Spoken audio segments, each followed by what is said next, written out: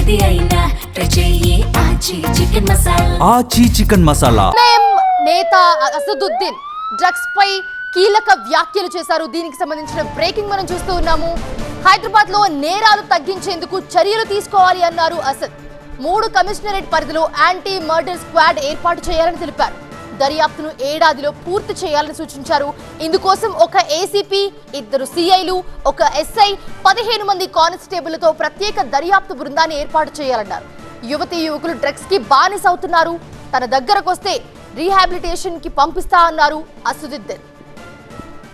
और मैं हुकूमत से एक नुमाइंदगी कर दिया हूं और फिर से करने जा रहा हूं कि एक एंटी मर्डर स्क्वाड बनाना चाहिए हैदराबाद, साइबराबाद और मलकाजगिरी पुलिस कमिश्नरेट में।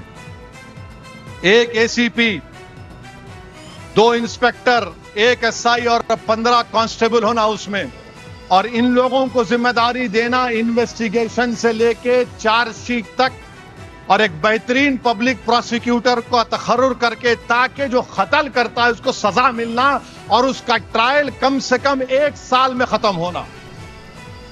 मैं जाकर नुमाइंदगी करूंगा, यह कत्ल खत्म होना चाहिए।